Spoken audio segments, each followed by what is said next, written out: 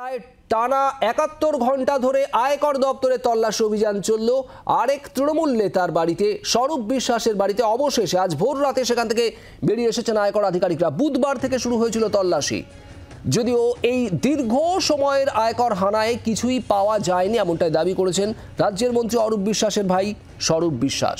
সাংবাদিকদের মুখোমুখি হয়ে তিনি বলেন, পরিবারের সদস্যদের কাছে মূলত উপার্জনের উৎস নিয়ে জানতে চান আয়কর আধিকারিকরা।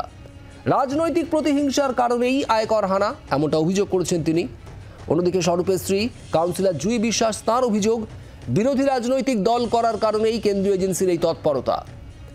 বুধবার ভোর থেকে শুরু হয় এই তল্লাশি। আয়কর দপ্তরের আধিকারিকরা পৌঁছে যান নিউ আলিপুরে স্বরূপ বিশ্বাসের ফ্ল্যাটে। এর পাশাপাশি আরও একাধিক জায়গায় পৌঁছে গিয়েছিলেন আয়কর আধিকারিকরা। তবে স্বরূপ বিশ্বাসের ফ্ল্যাটে ঘন্টার পর ঘন্টা, দিন গড়িয়ে রাত, রাত গড়িয়ে আবারও দিন, টানা ৭১ ঘন্টা ধরে চলে তল্লাশি অভিযান।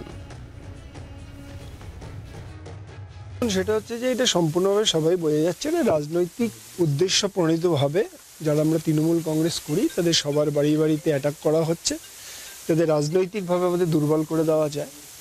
এইসব করে আমাদের কোনো লাভ নেই, কোনোভাবেই আমাদের দমানো যাবে না। আমরা তৃণমূল কংগ্রেস করি, আমাদের নেত্রী মমতা বন্দ্যোপাধ্যায় আমাদের গলা কেটে ফেললেও তার নাম পরিবর্তন হবে। এতদিন ধরে যে এরা করলো, আমি জানি না ওদের আইডেন্টিফিকেশান, মানে ওদের কী ইনভেস্টিগেশনে কী রিপোর্ট, সেটা আপনারা নিশ্চয়ই জানবেন। কিন্তু আমার বাড়ি থেকে কোনো ক্যাশ সিজ হয়নি, কোনো অর্নামেন্ট সিজ হয়নি, কোনো পেপারস সিজ হয়নি।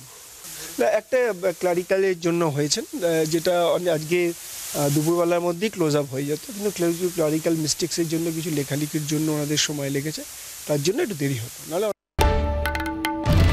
বাংলার আওয়াজ, বাঙালির আবেগ, জি 24 ঘন্টা।